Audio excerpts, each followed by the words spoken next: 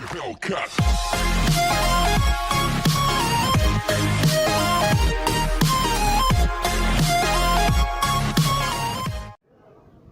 Hello friends, once again welcome to our favorite YouTube channel SRS Study Point। दोस्तों, आप लोगों के द्वारा मिले फीडबैक और बहुत सारे कमेंट्स का बहुत बहुत धन्यवाद। हमारे द्वारा बनाए गए दोनों वीडियो का बहुत ही ज़बरदस्त फीडबैक आप लोगों के थ्रू मिला, जिसके लिए बहुत बहुत धन्यवाद वंस अगेन एक और बार। दोस्तों, आज के वीडियो में जो आज हम आप लोगों के बीच में समझाने वाले हैं, जो बताने वाले हैं, वो जनरेशन ऑफ कंप्यूटर है। दोस्तों, आप में से किसी एक दोस्त, एक स्टूडेंट का हमारे पास कमेंट आया था, सर जनरेशन ऑफ कंप्यूटर को एक और बार रिपीट कीजिए और पूरा डिटेल में समझाइए। तो दोस्तों, आज की वीडियो में हम आप लोगों को जनरेशन ऑफ कंप्यूटर को पूरे डिटेल में समझाने वाले हैं। तो बड़े ध्यान से देखिएगा, आज का वीडियो बड़ा ही इम्पोर्टेंट है। जिस भी स्टूडेंट ने ये हमारे पास कमेंट किया है, उसको कंप्यूटर में ज़बरदस्त इंटरेस्ट है। तो जनरेशन बहुत ही ज़रूरी होता है और उस जनरेशन को जानने के लिए हम आज की इस वीडियो को बड़े ही ध्यान से देखने वाले हैं। तो आज की इस वीडियो को स्टार्ट करने से पहले दोस्तों, आपसे एक रिक्वेस्ट है कि अगर आप हमारे चैनल पे नए हैं तो चैनल को सब्सक्राइब जरूर करें और सब्सक्राइब करने के साथ साथ बेल आइकन जरूर दबाएं, जिससे कि मेरे द्वारा बनाए गए कोई भी वीडियो सबसे पहले आप तक पहुंच सके। और अगर हमारा वीडियो आपको पसंद आता है तो लाइक करें और उन दोस्तों के पास भी शेयर करें जो अभी तक हमारे चैनल तक नहीं पहुँचे हैं। तो चलिए स्टार्ट करते हैं आज का वीडियो और देखते हैं जनरेशन ऑफ कंप्यूटर। तो चलिए दोस्तों, स्टार्ट करते हैं जनरेशन ऑफ कंप्यूटर और देखते हैं कि कौन से जनरेशन में कौन सा कंप्यूटर किस किस ड्यूरेशन के बीच में लोगों के बीच में अवेलेबल कराया गया होगा। तो दोस्तों, आपके स्क्रीन पे इस समय जनरेशन ऑफ कंप्यूटर का पूरा लिस्ट शो आउट हो रहा होगा, जिसमें सीधे दिख रहा होगा आपको फर्स्ट जनरेशन कंप्यूटर के बारे में, उसके बाद सेकेंड, थर्ड, फोर्थ और फिफ्थ जनरेशन के बारे में, कंप्यूटर के बारे में शो आउट पूरा डिटेल दिया गया है। अगर हम ऊपर की लाइन से सेकेंड नंबर लाइन पे आएँ तो वहाँ पे हमें ईयर शो आउट हो रहा होगा। ईयर में फर्स्ट जनरेशन का अगर हम बात करें तो फर्स्ट जनरेशन का ड्यूरेशन जो है, हिस्ट्री जो है, जब वो बनाया गया था उसका ड्यूरेशन शो आउट हो रहा है 1945 से लेकर के 1954 के बीच में। मतलब फर्स्ट जनरेशन के जो भी कंप्यूटर थे वो 1945 से लेकर के 1954 के बीच में थे और इसमें टेक्नोलॉजी के रूप में प्रयोग किया गया था वैक्यूम ट्यूब का। तो दोस्तों, इसमें वैक्यूम ट्यूब टेक्नोलॉजी का प्रयोग किया गया था और वैक्यूम ट्यूब ऐसी एक टेक्नोलॉजी है जो जिस भी सिस्टम में लगता है वहाँ हीटिंग एनर्जी बहुत ज़्यादा होती है। मतलब ये हीट एनर्जी बहुत ज़्यादा बर्न करती है। इसकी वजह से जिस कमरे में ये रखा जाता है वहाँ गर्मी बहुत ज़्यादा पड़ता है। गर्मी ज़्यादा पड़ने की वजह से टेम्परेचर को मेंटेन करने के लिए वहाँ पे एसी की रिक्वायरमेंट होती है, जिसकी वजह से ये बहुत ही ज़्यादा कॉस्टली होने लगता है। और वैक्यूम ट्यूब लगे होने की वजह से एनर्जी लॉस भी बहुत ज़्यादा करता है। तो इस टेक्नोलॉजी की डिसक्वालिटी यही थी कि ये बहुत ज़्यादा हीट एनर्जी बर्न करता था और इलेक्ट्रिसिटी बिल बहुत ही ज़्यादा खपत करने का भी काम करता था। इसलिए इस टेक्नोलॉजी को ज़्यादा देर तक इन लोगों के बीच में नहीं रखा गया और 1945 से लेकर के 1954 के बीच में ही रखा गया। इसमें मेमोरी की बात करें तो मेमोरी डाटा को समझने का, उसको अपने अंदर फीड करने का जो काम था वो इलेक्ट्रोमैग्नेटिक रिले मेमोरी के द्वारा हुआ करता था और जो भी डाटा हम इसके अंदर डालते थे वो स्टोर होने का काम पंच कार्ड में होता था। इस जनरेशन के कंप्यूटर के रूप में शो आउट हो रहा होगा आपके डिस्प्ले पे दोस्तों एनिएक, एडवैक, यूनिवैक और IBM। दोस्तों, बहुत सारे ऐसे सिस्टम जो हैं वो इस जनरेशन के उदाहरण हैं। एडसैक, IBM 701, IBM 650, ये फर्स्ट जनरेशन के कंप्यूटर थे, जिसमें एनिएक का full form electronic numerical integrated and computer. ये पहला कंप्यूटर था फर्स्ट जनरेशन का। उसके बाद से हमारा दूसरा कंप्यूटर जो फुल साइज में था, EDSAC, electronic delay storage automatic calculator. इसको यूनिवर्सिटी ऑफ कैम्ब्रिज के द्वारा बनाया गया था, वहाँ के स्टूडेंट्स के बीच से ये निकाला गया था सिस्टम। उसके नीचे एडवैक, जिसका full form electronic D create variable automatic computer है, जो 1949 में लोगों के बीच में लाया गया था। यूनिवैक की बात करें तो यूनिवर्सल ऑटोमेटिक कंप्यूटर, जो लोगों के बीच में भी कंप्यूटर फर्स्ट जनरेशन के समय में लोगों के बीच में लाया गया था। इसके बाद हम सेकेंड जनरेशन की बात करें तो सेकेंड जनरेशन में हम देख सकते हैं सेकेंड जनरेशन का टाइम ड्यूरेशन जो था वो 1955, मतलब अगर फर्स्ट जनरेशन हमारा 1954 पे ख़त्म हुआ था, उसके जस्ट बाद हमने सेकेंड जनरेशन के रूप में अपने आप को बिल्डअप किया और सेकेंड जनरेशन में हमने ट्रांजिस्टर को टेक्नोलॉजी के रूप में प्रयोग किया। ट्रांजिस्टर की क्वालिटी ये थी कि ये वैक्यूम ट्यूब की अपेक्षा कम हीट होता था, एनर्जी लॉस कम करता था, लेकिन इसको और फर्स्ट जनरेशन के कंप्यूटर को कमर्शियल एरिया में प्रयोग करने में बहुत ही ज़्यादा डिफ़िकल्टी होती थी। जिसकी वजह से ये उतना रिलायबल नहीं था, उतना विश्वसनीयता इसकी नहीं बन पाई कि लोगों के बीच में अपना ये नाम बना सके।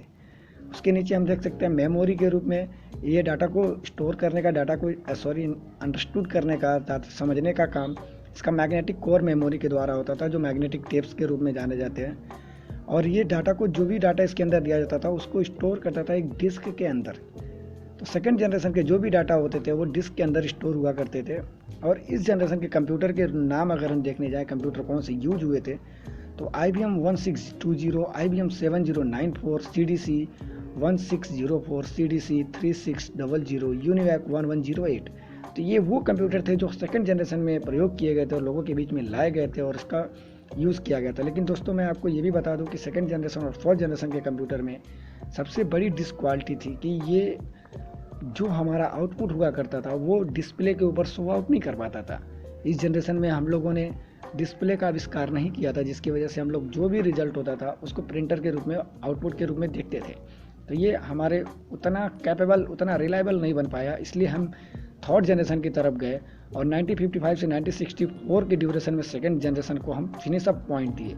थर्ड जनरेशन का स्टार्टिंग पॉइंट 1965 जो आपके डिस्प्ले पे सीधे शो आउट हो रहा होगा 1965 से लेकर के 1974 में।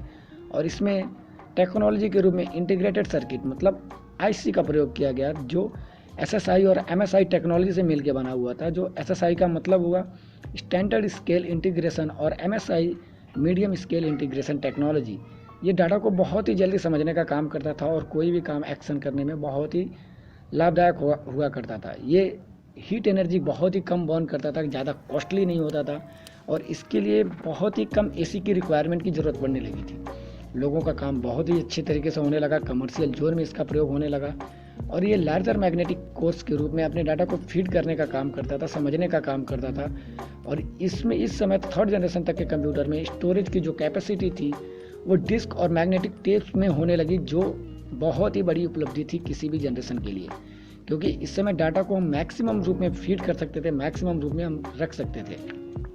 इस जनरेशन के कंप्यूटर की बात करें तो IBM 360 series, Honeywell 6000 series, PDP personal data process, IBM 370/168, TDC 361, ये वो कंप्यूटर हैं जो थर्ड जनरेशन में प्रयोग किए गए और काफ़ी फ़ायदेमंद रहे थे उस जनरेशन के कंप्यूटर और काफ़ी समय तक इस पर काम भी हुआ।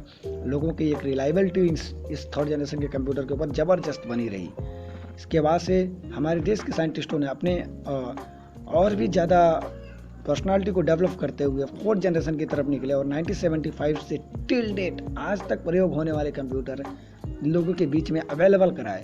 और इसमें हम लोग माइक्रो प्रोसेसर जो इंटीग्रेटेड सर्किट VLSI से मिलकर के बना हुआ होता है।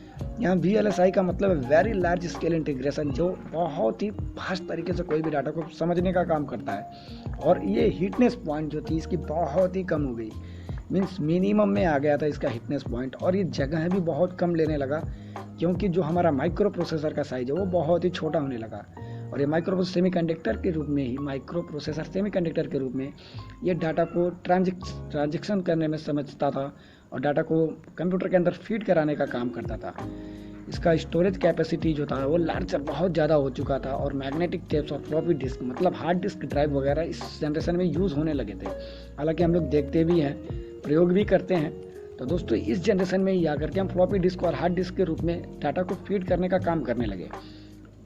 कंप्यूटर इस जनरेशन में प्रयोग होने वाले कंप्यूटर में डेक 10 स्टार 1000, PDP 11, क्रे XM, जो यहाँ पे क्रे 1 और क्रे XM आपको शो हो रहा होगा, ये सुपर कंप्यूटर के नाम थे जो फोर्थ जनरेशन में आकर के बिल्डअप किए गए थे और बनाए गए थे।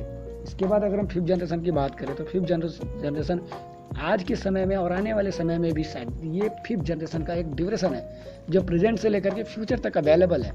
और इसमें हम लोग integrated circuit with ULSI technology का प्रयोग करते हैं, मतलब आर्टिफिशियल इंटेलिजेंस कह सकते हैं इसको। ULSI का मतलब अल्ट्रा लार्ज स्केल इंटीग्रेशन, ये बहुत ही तेज डाटा को ट्रांजेक्ट करने का काम करता है, बहुत ही जल्दी समझता है।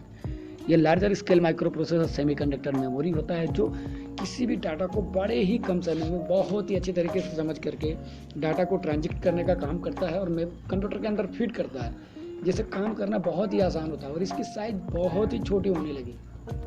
दोस्तों हम ये कह सकते हैं कि इसकी साइज़ इतनी छोटी होने लगी कि हम आसानी पूर्वक इसको लेकर के कहीं भी ट्रैवल कर सकते थे। और लोगों का डिमांड भी होता है कि हम किसी भी तरीके से कोई भी ऐसी टेक्नोलॉजी बनाई जाए जो हम आसानी पूर्वक एक जगह से दूसरी जगह लेके आ सके जा सके। दोस्तों इसमें इस जनरेशन में प्रयोग होने वाले जो भी माफ़ कीजिएगा, इस जनरेशन के जो स्टोरेज थे वो optical disk, floppy disk, hard disk, बहुत सारे ऐसे ड्राइव आने लगे जिसके अंदर डाटा को फीड करने का काम किया जाता था। इस जनरेशन के कंप्यूटर के नाम में अगर हम जाते हैं तो डेस्कटॉप, लैपटॉप, नोटपैड, अल्ट्राबुक, क्रोमोबुक आज हम प्रयोग करते हैं। दोस्तों जो आज हम प्रयोग करते हैं ये सारे कंप्यूटर हमारे 5th जनरेशन के कंप्यूटर में आते हैं। तो इस तरीके से हम कह सकते हैं कि हम 4th जनरेशन और 5th जनरेशन का कंप्यूटर आज के समय में प्रयोग करने में लाते हैं। तो दोस्तों ये जनरेशन ऑफ कंप्यूटर में हर एक जनरेशन में कुछ ना कुछ चीज़ों को बदलाव करके, अच्छी चीज़ों को बिल्डअप करके लोगों के बीच में लाया गया और लोगों को उस पहले की अपेक्षा और भी ज़्यादा बेनिफिट दिया गया, जिसकी वजह से हर जनरेशन में कुछ ना कुछ टेक्नोलॉजी का आपको चेंज दिखाई दे रहा होगा, कुछ ना कुछ सिस्टम के अंतर्गत चेंज दिखाई दे रहा होगा। तो दोस्तों आप लोगों के बीच में जनरेशन ऑफ कंप्यूटर था इस समय। उम्मीद करते हैं आप लोग को जनरेशन ऑफ कंप्यूटर काफ़ी अच्छे तरीके से समझ में आया होगा। तो हमारे चैनल के साथ यूं ही जुड़े रहें, और भी बहुत सारे वीडियो आपके पास हम पहुंचाने वाले हैं और भी बहुत सारे इंपॉर्टेंट टॉपिक पे बात करने वाले हैं। तो यूं ही बने रहें हमारे साथ और कंप्यूटर की पूरी नॉलेज लें। दोस्तों उसके अलावा और एक और भी हमें आपसे रिक्वेस्ट करना था कि हर एक संडे को हम लोग एक मोटिवेशनल क्लास चलाने वाले हैं, जिसमें हम उन स्टूडेंट से बातचीत करने वाले हैं, उन स्टूडेंट के बारे में बात करने वाले हैं जो अपनी क्वालिफिकेशन को बहुत ही टफ मानते हैं। तो दोस्तों हमारे साथ जुड़े रहें, सारी चीज़ों का समाधान है, सभी चीज़ पॉसिबल हैं, इम्पॉसिबल नथिंग इज़ इम्पॉसिबल, हम सुनते आते हैं और करके भी दिखाएंगे। तो दोस्तों अब मेरा वीडियो देखने के लिए बहुत बहुत धन्यवाद। अगर मेरा वीडियो आज का पसंद आया है तो लाइक ज़रूर करें, शेयर करें, और जो भी आपके थ्रू आपके दोस्त मिलते हैं उनको हमारे चैनल के पास लाए, चैनल तक लेके आइए, उनको सब्सक्राइब करवाइए, बेल आइकन ज़रूर दबाइए। आपका सपोर्ट बहुत ही इंपॉर्टेंट है हमारे लिए। साथ में कमेंट करते रहें जिससे हमें पता चले कि आपका रिस्पांस हमारे थ्रू हमारे यूट्यूब चैनल को लेकर के क्या है। आप हमारे बीच में रहें, हमारे वीडियो को देखें, उसके लिए बहुत बहुत धन्यवाद।